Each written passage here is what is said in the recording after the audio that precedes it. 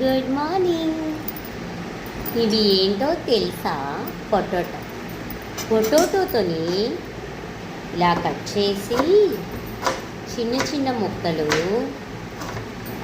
వేడి నూనె మరగేసి ఇవి రోస్ట్గా వేపుకొని తింటే ఏంటవుతుంది తెలుసా? ఏంటవుతుంది? కూర అవుతుంది కదా. ఇవాళ మా ఇంట్లో పొటాటో ఫ్రై. మీ ఇంట్లో?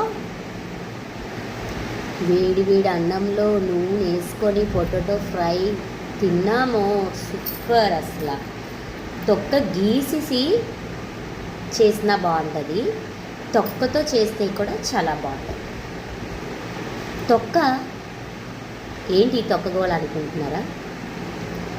తొక్కలా తీసి పడేసే వాళ్ళ కోసం చెప్తున్నాను. కొన్ని ఐటమ్స్కి తొక్కతోనే హెల్దీ అండోయ్. అర్థమవుతుందా? బాయ్. అందరూ పొటాటో ఫ్రై వేపుకొని తినండి.